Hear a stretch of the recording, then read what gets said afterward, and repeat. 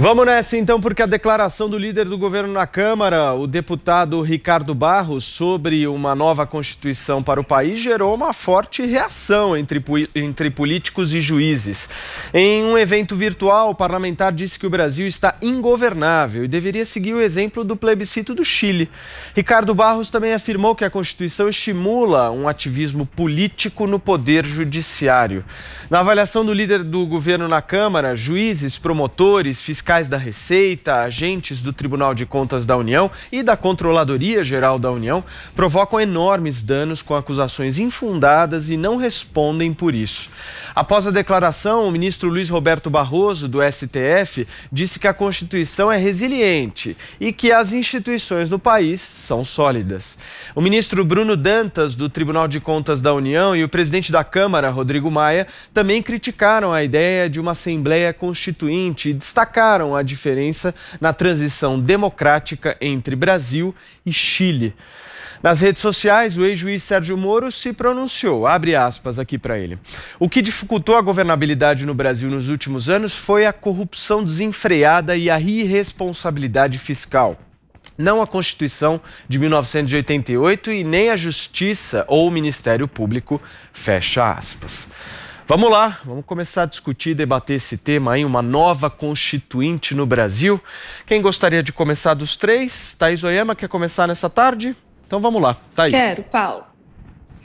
Então, primeiro acho que a gente podia chamar essa ideia vocalizada, né, pelo líder do governo o Ricardo Barros, pelo nome certo. Trata-se, né, Paulo, de uma ideia, a famosa ideia de jirico, né? Ninguém apoiou essa ideia. E, ao que tudo indica, essa ideia não saiu da cabeça do líder do governo, Ricardo Barros. Por quê? Quais são os indícios disso? Primeiro, o líder do governo, Ricardo Barros, é um expoente do Centrão e essa nunca foi uma pauta do Centrão, muito pelo contrário. Segundo, porque ele é líder do governo e, na qualidade de líder do governo, ele nunca falaria uma coisa dessa sem, pelo menos, a anuência do governo, né?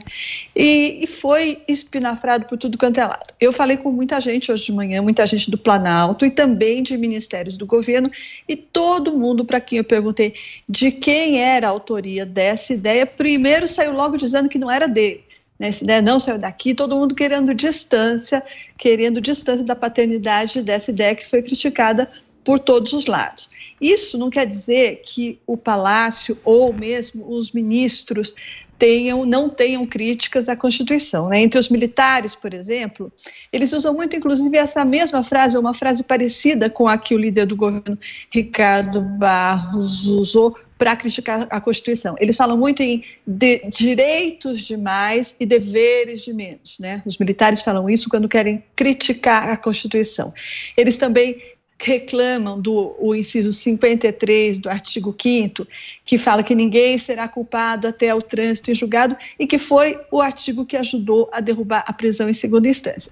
E reclamam também de um suposto excesso de poderes do STF em particular e do Judiciário em geral, que eu acho que foi o ponto aí que mais o Ricardo Barros criticou nesse evento. Mas, mesmo até entre os militares mais associados com essa dita ala radical do governo, mesmo eles acham que uma Assembleia Constituinte, neste momento, não só ia desviar o foco de assuntos muito mais prementes, muito mais urgentes, como, por exemplo, as reformas, como iria colocar o país de pernas para o ar. Por quê? Porque é um país em que se polariza vacina, cloroquina, tudo isso é motivo para a polarização política. Então, imagina querer fazer uma nova Assembleia neste momento, né? Certamente não seria uma boa ideia.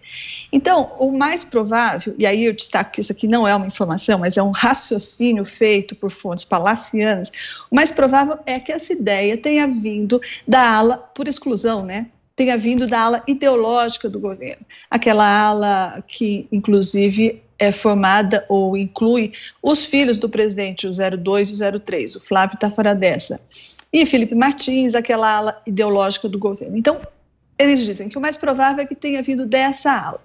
Mas acontece que essa ala não tem interlocução com o Centrão, né? A ala ideológica não é simpática ao Centrão e vice-versa.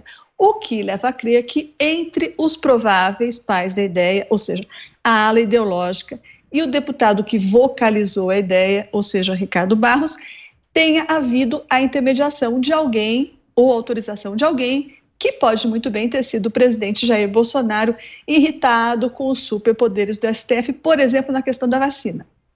E aí, como o presidente já fez muitas vezes, ele larga aí um balão de ensaio, ou na boca do Paulo Guedes, como ele já fez, ou na boca do vice Mourão, como ele já fez, ou talvez agora na boca do líder Ricardo Barros, né? Mas, como a gente viu, Paulo, se esse foi mais um balão de ensaio do presidente, esse balão aí estourou bem antes de subir, pegou muito mal. Você, Constantino? Bom, Paulo, eu vou deixar de fora as especulações de que o Bolsonaro é um grande mestre do universo que controla suas marionetes e vou analisar o que foi dito, né? Em primeiro lugar, é possível você concordar com o diagnóstico e discordar da receita apresentada, né? Então, o diagnóstico é bastante acurado. Nossa Constituição é muito ruim, distribui muitos direitos e poucos deveres. Ela foi promulgada um ano antes da queda do Muro de Berlim, eivada de mentalidade esquerdista ainda. A turma da esquerda chamava de Constituição Cidadã, enquanto que o isolado e saudoso Roberto Campos, o único liberal ali, chamava de Constituição Besterol, né? Então, é uma Constituição que merece muitas críticas. Mas é a que temos e não é prioridade falar agora em nova Constituinte para mudar esse troço, até porque fazer tábula rasa é sempre um enorme perigo, né? Aquilo que está ruim pode ficar ainda pior, sim. Então, é preciso tomar muito cuidado com esse tipo de proposta. Os Estados Unidos possuem uma Constituição há 231 anos, com 27 emendas aprovadas apenas. Então é preciso se inspirar nos bons exemplos. O Brasil vive mudando Constituição e parece nunca entender a verdadeira essência do problema, né? Não é só um texto redigido, nossa Constituição é longa, inclusive, né? E vale mencionar que o Chile não deveria ser um bom exemplo nesse momento. Alguns alegam, mas o Chile tem uma Constituição que ainda é legado da ditadura do Pinochet. Sim, assim como as reformas liberais feitas pelos economistas de Chicago, né, e que deixaram como legado o país que tem o melhor índice de IDH no continente. Né, instituições mais sólidas e estáveis, inclusive. Então, o Chile é um bom exemplo. Tanto é verdade que quando a esquerda chegou ao poder, não ousou mexer em certas vacas sagradas. Né? No discurso é uma coisa. Agora a Bachelet foi lá lacrar na ONU, mas no poder ali não mexeram totalmente no legado econômico, acima de tudo, da era Pinochet, porque foi um legado positivo, ao contrário do que aconteceu em todo o experimento socialista, né? O que não é, obviamente, uma defesa do regime político de Pinochet.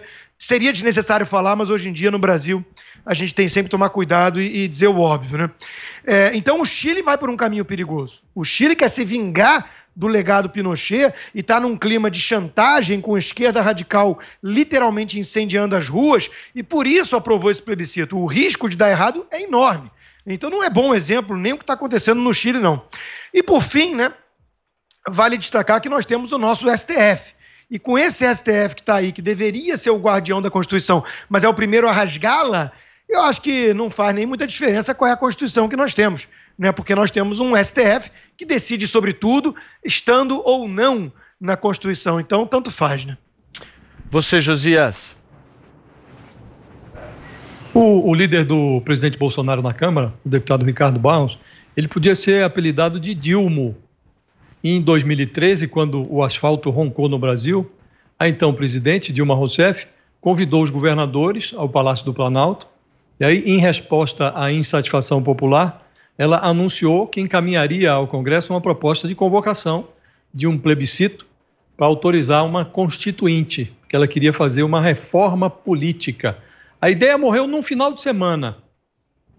O governo Dilma morreria 3 anos depois, numa deposição, aliás, que foi feita com base na Constituição de 88, sob a supervisão do Supremo Tribunal Federal. Agora, o Ricardo Barros sugere que o Brasil imite o Chile para reescrever a sua Constituição numa Constituinte que ninguém pediu. Dessa vez, o absurdo foi abatido instantaneamente. Mal o líder tinha declarado isto num encontro virtual e foi crivado de críticas. Primeiro porque não cabe comparar a situação chilena da época que tem lá uma Constituição, da época da ditadura, o Chile tem o direito de cometer os seus próprios erros, comparar com uma Constituição que foi feita no Brasil depois da da redemocratização, ali no início da fase de redemocratização. Segundo, porque o Ricardo Barros mencionou defeitos do texto constitucional, que são muitos, sem considerar as virtudes. Todos sabem que a Constituição brasileira não é perfeita, mas essas imperfeições, elas vêm sendo corrigidas por meio de emendas constitucionais. Como líder, o Ricardo Barros revela-se incapaz de reunir os votos necessários à aprovação, aliás, de reformas que o governo que ele representa, ou deveria representar, encaminhou ao Congresso. Em vez de atrair interlocutores para sentar ao redor de uma mesa, o deputado flerta com a ideia de virar a mesa. O Ricardo Barros diz que a Constituição tem defeitos demais, aliás, tem direitos demais e deveres de menos. O deputado é alvo de várias investigações, o que explica a sua aversão aos órgãos de controle, à Procuradoria da República, ao Judiciário. Na encrenca mais recente, que envolve o Ricardo Barros, o Ministério Público do Paraná acusou o líder do governo de receber mais de 5 milhões de reais em propinas entre 2013 e 2014, quando ele era secretário de Indústria e Comércio no Paraná. Ele alega que é inocente. Para reforçar essa sua convicção de inocência, o deputado deveria articular a aprovação de 2 emendas constitucionais. Ele está tão preocupado com os defeitos da Constituição. Numa das emendas, ele proporia a eliminação do direito dos parlamentares ao foro privilegiado. Noutra, ele proporia a regulamentação do dever de todo condenado em segunda instância de se apresentar à cadeia, ao cárcere, à penitenciária. Se conseguir aprovar essas 2 emendas, o líder do governo vai ser consagrado como patrono de uma revolução sem a necessidade de uma constituinte.